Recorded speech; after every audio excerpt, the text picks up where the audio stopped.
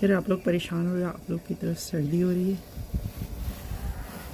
ये हो रहा है अभी, गाड़ियाँ स्टक हुई नहीं है, ये सारी गाड़ियाँ स्टक है और यहाँ पे ये आए हैं ट्रक और ये लोगों की गाड़ियाँ स्टक हैं और स्ट्रॉम आया हुआ यहाँ पे। ये see this is what's happening. बहुत सारे लोग वहाँ, लेकिन वो सारी गाड़ियाँ स्टक हुई हुई हैं, सारी गाड़ियाँ स्टक हैं। ओह माय गॉड, सारे स्कूल कैंसिल हो चुके हैं, बसेस कैंसिल हो चुकी हैं, school buses and everything.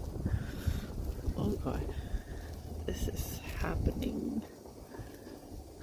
So stay where you are, don't go to jobs if you're in Toronto, Canada. देखिए वो सारी गाड़ियाँ स्टक हैं, सबको अब निकालना है। अब ट्रक्स आएंगे तो गाड़ियाँ निकलेंगी। Oh God, it's so cold in here.